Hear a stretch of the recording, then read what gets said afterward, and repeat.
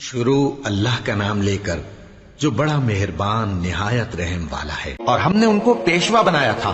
وہ لوگوں کو دوزخ کی طرف بلاتے تھے اور قیامت کے دن ان کی مدد نہیں کی جائے گی، اور اس دنیا میں ہم نے ان کے پیچھے لعنت لگا دی، اور وہ قیامت کے روز بھی بدحالوں میں ہوں گے۔ اور ہم نے پہلی امتوں کے ہلاک کرنے کے بعد موسیٰ کو کتاب دی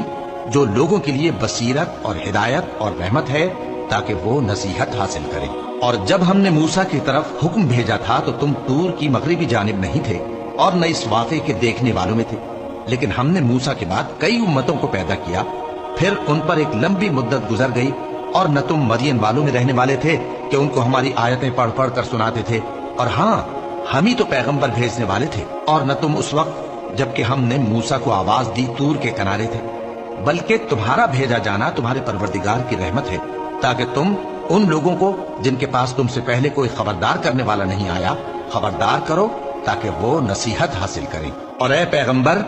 ہم نے تم کو اس لیے بھیجا ہے کہ ایسا نہ ہو کہ اگر ان اعمال کے سبب جو ان کے ہاتھ آگے بھیج چکے ہیں ان پر کوئی مصیبت واقع ہو تو یہ کہنے لگیں کہ اے پروردگار، تو نے ہماری طرف کوئی پیغمبر کیوں نہ بھیجا کہ ہم تیری آیتوں کی پیروی کرتے اور ایمان لانے والوں میں ہوتے۔ پھر جب ان کے پاس ہماری طرف سے حق آ پہنچا تو کہنے لگے کہ جیسی نشانیاں موسیٰ کو ملی تھیں ویسی اس کو کیوں نہیں ملی؟